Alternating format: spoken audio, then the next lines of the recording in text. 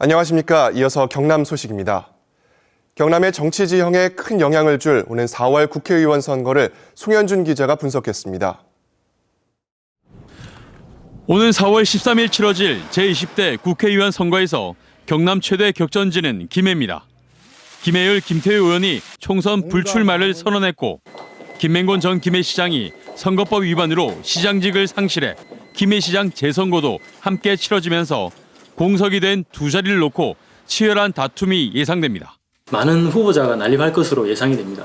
그래서 선거 분위기가 과열되지 않도록 단속 인력을 증원해서 조기에 선거법 위반 행위를 단속을 강화할 계획입니다.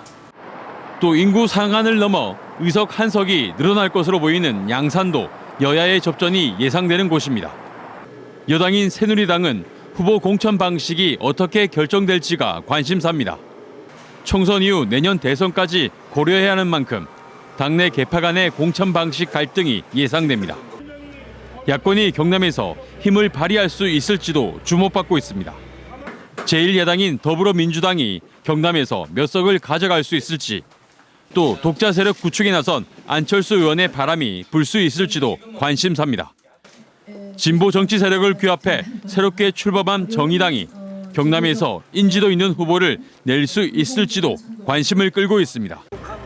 홍준표 도지사의 측근으로 불리는 전 도청 간부들의 총선 선전 여부도 홍 지사의 정치적 영향력에 변화를 줄 것으로 보입니다. KBS 뉴스 송현준입니다. 2016년을 맞아 경남의 단체장들은 희망찬 새해 각오를 밝혔습니다.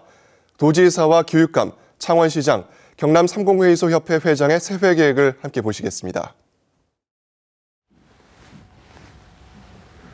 존경하는 350만 도민 여러분, 희망찬 2016년 새해가 밝았습니다.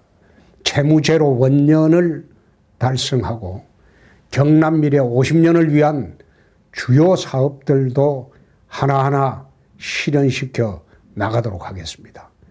서민들이 다시 일어설 수 있도록 서민들에게 더 집중적으로 투자하겠습니다.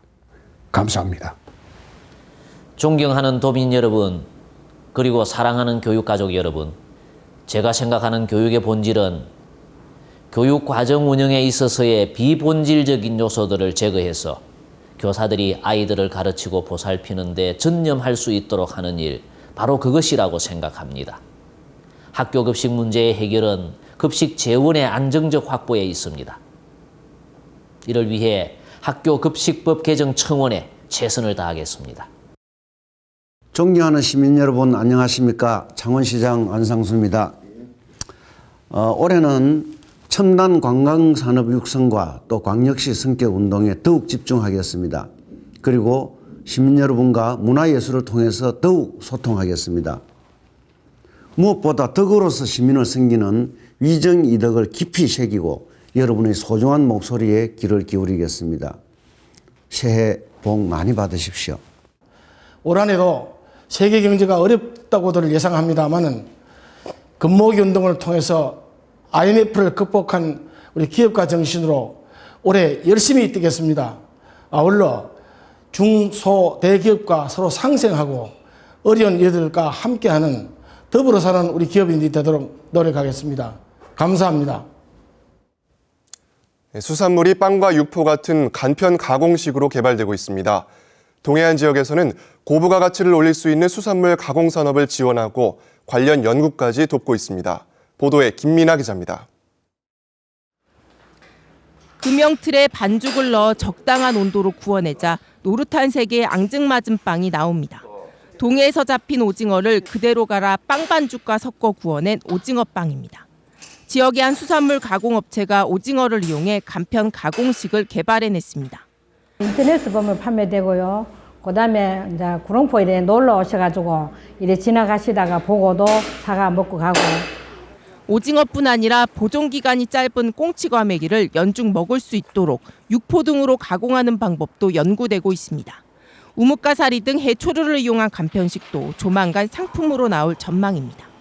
과메기 육포라든가 여러 가지 개발 중에 있고, 오징어 같은 경우도 지금 실제상 1차 산업이 그냥 튀김용으로 이 정도만 나오고 있지만 지금 오징어 빵을 만들듯이 오징어도 여러 가지 이제 음식 형태로 만들어서 포항시도 불빛축제나 해맞이 축전에서 수산물 간편식을 널리 알리고 수협 유통망 연계를 통해 판촉을 돕고 있습니다. 제품을 개발하기 위해서 우리도 용역을 지금 준비하고 있고요. 그런 걸 이제 개발이 됐을 때 우리가 적극적으로 홍보 내지는 판촉을 강화해 나갈 계획입니다.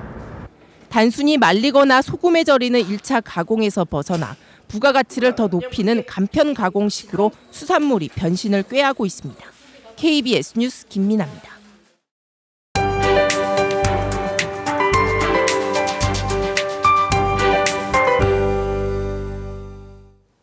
날씨도 주말이 왔다는 걸 아는 걸까요?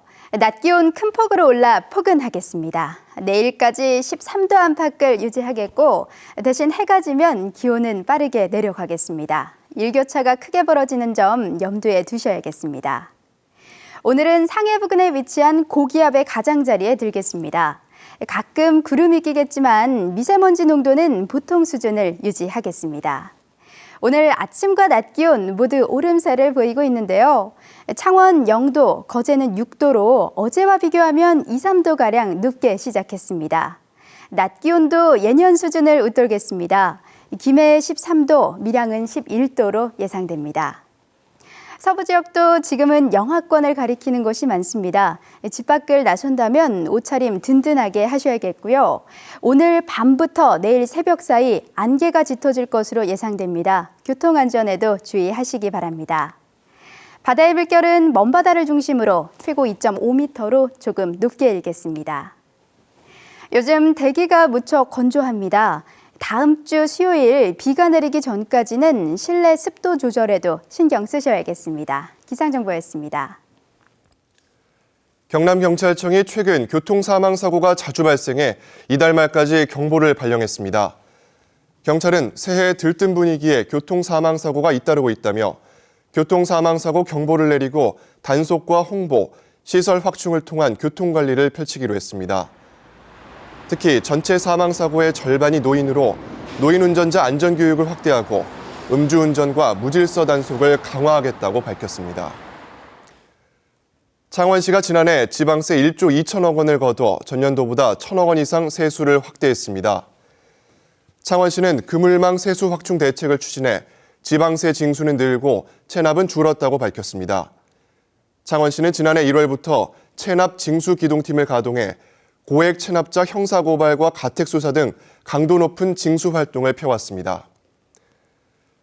경남 지역 중소기업의 경기 전망이 4개월 만에 소폭 상승했습니다.